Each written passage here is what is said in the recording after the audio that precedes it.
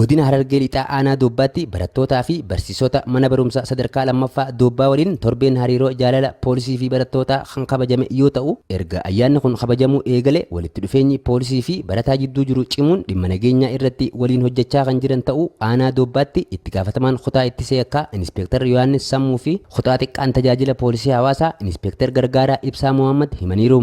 Gaafa dura barataan dheessaa ture.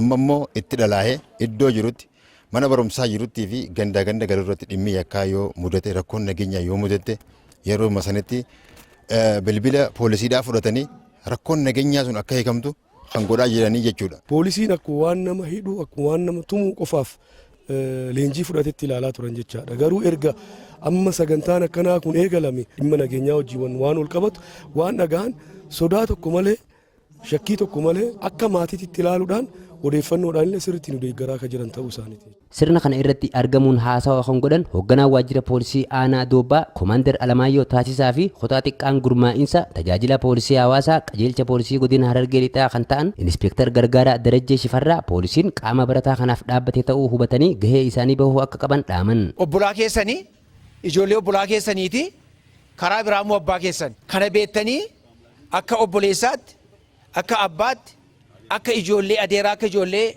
obbolaa abbaa tokkootti wal ilaallee nagaa wal gaafachuu rakkina jirullee walitti himachuun kan barbaachisummaa qabudha.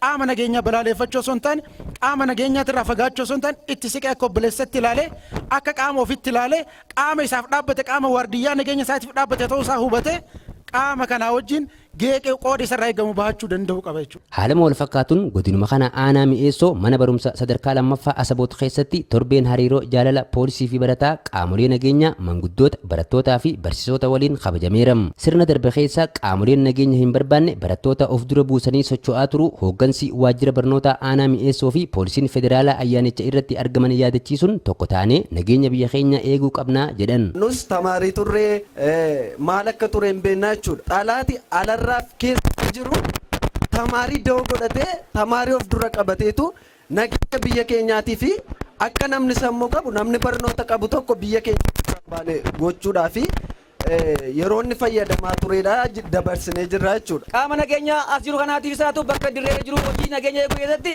bira dhaabbatti tuusuun eeguun barbaachisaa jechuudha.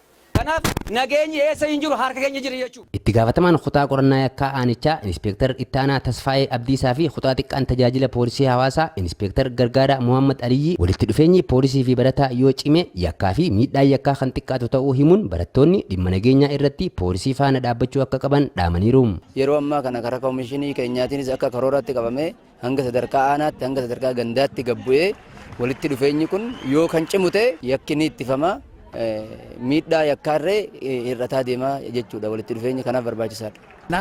Yoom barnoota kiyya har'a baradhe bor biyya kana natu bulchaa bakka namoota gurguddaa gahan kanallee anatu gahaa jedhee karoora baafatee waa hunda'u qaama nageenyaa kana cinaa dhaabbatee dhimma nageenya kanarratti akka hojjetuu fi barnoota isaallee qixa sirriitiin akka inni bahu ergaa kiyya dabarsuun barbaada. Sirnuma kana irratti barattoota harka qalleeyyii mana barumsa bultii addaatti barataniif deeggarsi yuunifoormii kan taasifame yoo ta'u barattoota ciccimoo harka qalleeyyii ta'an 19f deeggarsi kun kan kenname ta'uu Inspektar Gargaaraa Mikaa'el Abdullaa ibsaniiru.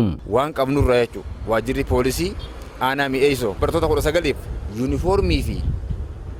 yuunifoormii wal fakkaatu jechuudha barattoota kanaaf bitamee kennameera jechuudha. Barattoonni kun sammuu irratti baay'ee nu gammadaniiranii. Fuula duraafillee barataan hiyyeessanii jira waan taateef namni hiyyeessi baay'ee jira waan taateef namoota kana bakka deemnu funaannee waliif finnee namoota kana kan deeggaru ta'uu isaati jechuudha. Jaalalaa fi kabaja poolisiin nuuf qabu hubanneerra kan jedhan barattoonni dubbifne tokko waliin ta'uun nageenya isaanii kan eegan ta'uu dubbatan. Duraan dursee poolisii beektee gisee agarree irrifannaa isa turre amma garuu akka walitti dhiyaannee akka qaama tokko taanee biiteenyallee eenyu nu taasisee jira. Jaalala isaan nuu qabanii fi kabajaa isaan nuu qabanii irraa hubanna. Duraan amma barattoonni amma hawaasni barattoota if duraan suudhan wanta hin taanee fi kanaaf wal kannaa ture wal saaxilaa ture amma garuu immoo poolisoota keenya wajjin wal taanii akka anis akka baratatti isaanis akka poolisii qaama nageenyaa tokkotti hojii taanii wanta isaan jedhan fudhachaa yaada qabnu tokko isaaniif yeroo kannaa jechuun hojii jiraachuu qabna jechuudha.